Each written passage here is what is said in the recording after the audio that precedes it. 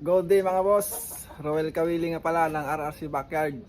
So ngayon mga boss, papakita ko sa inyo yung ating 1 week old na sisiw. I-update lang natin sila kung gaano sila ka-healthy. So pwede nyo rin gayahin tong ating brother mga boss. Ito yung isa sa pwede kong maitip sa inyo para talagang buhay yung mga sisiw nyo. Kasi ganun sa akin talagang nabubuhay lahat. Ang problema lang naman sa akin dati yung nagkakaroon sila ng deform sa mga paa. Pero nabago ko na yon. Kaya ito, papakita ko sa inyo. Pero bago yan mga boss, mga pwedeng pa-like and subscribe naman sa ating YouTube channel.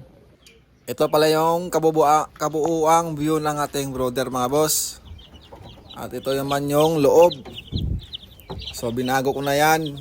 Dati walang sahig yan, walang screen. Ano lang yan, buhangin yung nakalagay. So yun nga yung sinasabi ko sa inyo na nagkakaroon sila ng deform sa mga daliri, naging kabig. Mga 3 piraso, 4. So sayang din, mga lalaki pa naman. So binago ko, nag-isipan ko mabuti kung ano yung dahilan.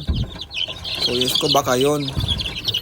At sinubukan ko sa unang batch, yung sinundan nito, naging okay na siya, wala nang kabig. So inisip ko baka dahil nga sa buhangin. So ginawa ko, nilagyan natin ng screen na medyo malalaki yung butas. So ayan na sila, napaka-healthy nila. At walang katamay-tambay talaga nila. Dahil yan sa ating design ng ating brother. Kung makikita nyo mga boss, yung ating sisiw ay di bali yan sila, 17 piraso. Lahat talaga napaka-healthy nila. Wala kang makikita na nakabagsak ng mga pakpak o matamlay. Hindi nang ginawa ko dyan, kailangan nyo rin maglagay ng buhangin mga boss sa ilalim para hindi kayo mahirapan magdakot ng kanilang mga dumi o yung ipot nila. Kasi nakaangat lang sa buhangin yung dumi nila mabilis lang dakotin. Bali ito yung gamit ko na pandakot. Yan, meron tong mabibili mga boss sa online Shopee, sa Lazada o kahit saan. Ito lang gamit ko, napakabilis lang linisin. So ito yung natanggal ko ngayon lang. Ayan mga dry. Kasi hindi nila naaapakan, tsaka hindi nila nakakain. So dry lang yan, nakaangat lang sa buhangin, napakabilis lang dakutin.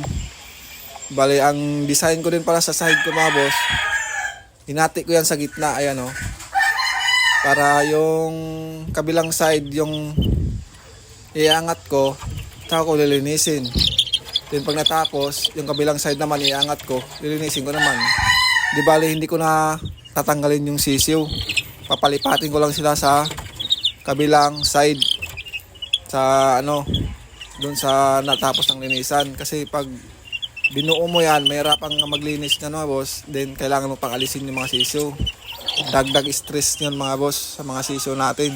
Yun din yung isa sa dapat natin iwasan, yung ma-stress yung mga sisiw. Saka ang gamit ko dito na bombilya is 100 watts. Para sa akin masyado nang mataas to, dapat 50 lang. At saka ito palang sa gustong gumaya nito mga boss, pwede naman. Di bali ang sukat nating brother na to ay 40 feet yung haba. Din yung lapad is 20 inches. Yung lapad na yan. Din yung taas niya is 20 inches din. Bali nilagyan ko lang siya ng konting butas na mga 3 inches para singawan ng init pag sobrang init. Then singawan din ng amoy pag may amoy, para hindi siya kulob. At saka ilagyan ko lang ng bukasan sa gitna. Ako lang gumawa nito mga boss. Yan. So napakasimple lang mga boss, mabilis lang gayahin to. Parang gagawa ka lang ng kahon. So yun lang yung update natin mga boss. Bali 1 week na to sila.